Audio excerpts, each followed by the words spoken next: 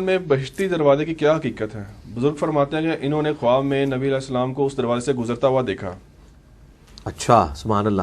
تو نبی علیہ السلام نے جب اشری تھانوی صاحب کے خواب میں آ کے دیوبند مدرسے کی بنیادیں کھینچی تھی تو انہی پاک پتن والوں نے دیوبند مدرسے کو نبی علیہ السلام کا مدرسہ کیوں نہیں باندھ لیا؟ ٹھیک ہے نا، نبی علیہ السلام کو خواب میں دیکھنا یہ نہیں، میرا کلپ ہے، خواب میں دیدار مصطفیٰ صلی اللہ علیہ وآلہ وسلم کی حقیقت لاکھوں لوگ یوٹیوب پہ دیکھ، اس میں نے یہ پوری کی پوری ڈیٹیلز بتائی ہیں۔ بہشتی دروازہ دنیا میں کوئی دروازہ نہیں ہے، خانہ کعبے کا دروازہ بھی بہشتی دروازہ نہیں ہے۔ ٹھیک ہے، ادھر ایک بدماش تھا، وہ کہتا ہے میں کعبے میں 5 دفعہ گیا ہوں اور میں ایسے ایسے کر کے مکے دکھاتا ہوتا تھا۔ پائی تو کعبے بچ دفن بھی ہو جا، اس کی بنیاد پہ کسی نے بہشتی نہیں ہونا۔ کیوں؟ بقیہ غرقت قبرستان میں 10,000 صحابہ کی قبریں ہیں اور اسی قبرستان میں عبداللہ ابن ابی منافق کی قبر بھی ہے، کیونکہ قانوناً تو وہ مسلمان تھا، نبی علیہ السلام نے اس کا جنازہ پڑھایا ہے، بخاری مسلم میں آتا ہے اپنا لعاب دہن اس کے منہ میں ڈالا ہے، تو مسلمانوں کے قبرستان میں سے دفن کیا ہے۔ تو اب کیا جی، وہ چونکہ مدینے میں دفن ہوا، آپ نے جنازہ بھی پڑھا دیا، تو اس کی وجہ سے بخشا جائے گا؟ قرآن نے کہا سب سے نچلے درجے میں ہوگا۔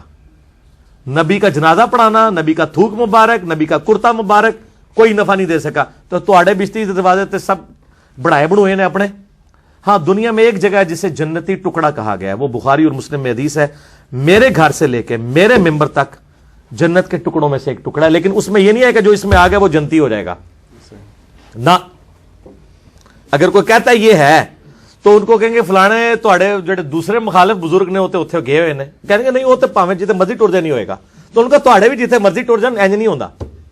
ٹھیک ہے نا، نہیں ماننے کے لیے تیار نا۔ ادھر سے جتنے ہمارے سیاسی لیڈر، فوجی لیڈر باقی جاتے ہیں وہ بیٹھے ہی ریاض الجنہ میں ہوتے ہیں، ان کے لیے ریاض الجنہ خالی کرا دیا جاتا ہے۔ بھائی ادھر چوکڑی مار کے بھی کوئی بیٹھ جائے جنتی تو نہیں ہوگا، وہ جنت کا ٹکڑا ہے، آپ وہاں جائیں۔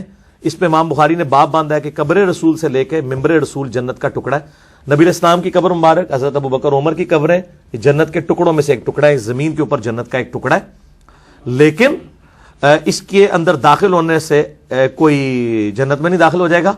احمد بریلوی صاحب نے ایک شعر لکھا ہے، جنت میں آ کر نار میں جاتا نہیں کوئی، انہوں نے اسی کے اوپر شعر کیا۔ وہ جب وہ جنت البقی اس میں بیٹھے نا ریاض الجنہ میں، تو انہوں نے کہا کہ جب حدیثوں میں ہم نے سنا جو ایک دفعہ جنت میں چلا جائے گا دوبارہ دوزخ میں نہیں جائے گا، تو انہوں نے کہا یا اللہ میں ایک بار جنت میں آ گیا ہوں نا، تو اب میں امید کرتا ہوں کہ میں دوزخ میں نہیں جاؤں گا۔ تو یہ شعروں تک تو بات ٹھیک ہے، ورنہ تواڈے سیاسی لیڈر جنہوں تسی انہی گالاں کڈ دیو دل وچ، وہ تو سارے ادھر جاتے ہیں، وہ تو کعبے کے دروازے ان کے لیے کھلتے ہیں، تو قبر رسول کے لیے ان کو بھی اندر لے کے جایا جاتا ہے، کہتے ہیں نہیں وہ نہیں جان گے، تسی بھی نہیں جاؤ گے بھائی، کوئی بھی نہیں جائے گا، اس طریقے سے کوئی جنت دوزخ کا فیصلہ نہیں۔ ٹھیک ہو گیا جی؟ نبی علیہ السلام کے متعلق یہ کہنا یہ سب تمہارا کرم ہے آقا کے بات اب تک بنی ہوئی ہے، یہ کہنا درست ہے؟ بالکل غلط ہے۔ اگر کوئی اس نیت سے کہہ رہا ہے کہ وہ نبی صلی اللہ علیہ وآلہ وسلم کو آج مدد کے لیے پکار رہا ہے، اگر کوئی یہ اس نیت سے کہتا ہے کہ نبی علیہ السلام کی دعاؤں کی برکت سے امت پہ اجتماعی عذاب نہیں آیا، جو بخاری مسلم میں آتا ہے کہ میں نے 3 دعائیں کی، ایک قبول نہیں ہوئی، 2 ہو گئی ہیں، ان میں سے جو قبول ایک دعا ہوئی وہ یہ ہے کہ کوئی ایسا اجتماعی عذاب نہ ہے کہ میری امت پوری ہمیشہ کے لیے ختم ہو جائے، اور جس دعا کو قبول نہیں کیا گیا وہ یہ تھی کہ میری امت آپس میں نہ لڑے، وہ دعا قبول نہیں ہوئی۔ اس سے یہ بات پتہ چلی کہ اللہ تعالیٰ کسی کی دعا کا پابند نہیں ہے، نبی کی دعا بھی ایسی ہو سکتی ہے جو قبول نہ ہو، اللہ کی مرضی ہے نا، اللہ پہ تو کوئی کسی کی دوست نہیں ہے۔ اور نبی علیہ السلام کو اس دعا کرنے سے بھی روک دیا گیا کہ یہ آپ نے دعا نہیں کرنی، جیسا کہ قرآن پاک میں آتا ہے حضرت نوح علیہ السلام نے اپنے کافر بیٹے کے لیے دعا کی تو اللہ تعالیٰ نے بڑے سخت لفظ استعمال کیے کہ نوح جاہلوں میں سے تو نہ ہو، کافر کے لیے دعا کر رہا ہے، پھر انہوں نے توبہ کی، قرآن پاک میں ان کی توبہ بھی نقل ہوئی۔ ٹھیک ہو گیا؟ تو اس طریقے سے اس معنوں میں کوئی لیتا ہے، لیکن ابھی ظاہر ہے چونکہ ہم جس معاشرے میں اس میں تو وہ کچھ اور ہی کہہ رہے ہوتے ہیں، وہ ھذا من فضلی ربی کے اگینسٹ کہہ رہے ہوتے ہیں، ھذا من فضلی ربی کہنا چاہیے۔ نبی علیہ السلام نے ان چیزوں سے منع فرمایا، یہ سخت گستاخ ہیں جو لوگ یہ باتیں کر رہے ہیں، کیونکہ ایک صحابی نے ابو داؤد میں ابن ماجہ میں حدیث ہے، شریک القادی مدلس ہے لیکن سما کی تصریح سنن الکبریٰ البیہقی میں، ایک صحابی نے آپ علیہ السلام کو سجدہ کیا، آپ نے فرمایا سر اٹھائیے کیا کر رہا ہے؟ ان کا میں نے کوفے میں لوگوں کو ہیرا نامی شہر میں دیکھا کہ وہ اپنے سردار کو سجدہ کرتے ہیں، ہم نے بہتر سمجھا کہ آپ کو کرے۔ آپ نے فرمایا صلی اللہ علیہ وآلہ وسلم اگر میں سجدہ جائز سمجھتا تو بیویوں سے کہتا کہ اپنے خاوندوں کو سجدہ کریں اس حق کے سبب جو اللہ نے ان کو دیا ہے، اور اس میں یہ بھی الفاظ ہیں جب میں فوت ہو جاؤں گا تو میری قبر سے گزرو گے، کیا قبر پہ بھی سجدہ کرو گے؟ ان کا نہیں، تو فرمایا مجھے کیوں کر رہے ہو؟ آپ علیہ السلام کو انہوں نے آگے سے مطلب یہ تو نہیں کہا عشق کے چلے نمبر لائے گئے عقل والے انجے ہی عمرہ گالیاں، ٹھیک ہے نا جی. وہ آگے سے کہہ سکتا تھا کہ حضرت آدم کو بھی تو سجدہ کیا تھا فرشتوں نے, یا رسول اللہ کیا ہوا اگر آپ کو کر لیا. آج کا بندہ ہوتا تو یہ آرگومنٹس رکھتا. احمد بریلوی صاحب نے شعر کہا ہے, سر سوئے روزہ جھکا پھر تجھ کو کیا, دل تھا ساجد نچ دیا پھر تجھ کو کیا. وہ کہتے ہیں میں نے جو نبی علیہ السلام کے روزہ مبارک پہ سر جھکایا ہے, تجھے کیا تکلیف ہے؟ تیرے سامنے تو میں نے سر جھکایا, دل سے تو میں سجدہ بھی کر رہا تھا. بڑا چنگا کام کیتے اللہ نے بندیا. ظلم ہے یار. ایک طرف احمد بریلوی صاحب خود کتاب لکھ رہے ہیں کہ سجدہ تعظیمی حرام ہے. فقہ حنفی میں آپ کو پتا دو موقف ہیں. کچھ حنفی علماء سجدہ تعظیمی کے قائل ہیں,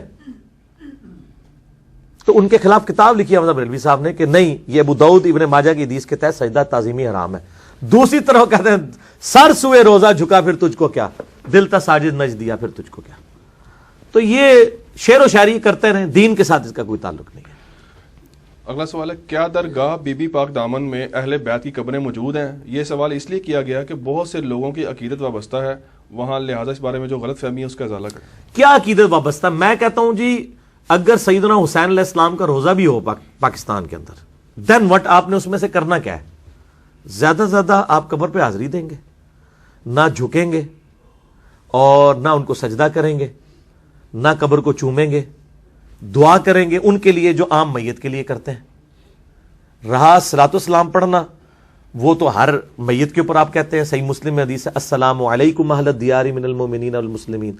آپ وہاں جا کے السلام علیکم یا جو ہے وہ ابا عبداللہ حسین ابن علی یہ کہہ لیں, اسے کا فرق پڑتا ہے؟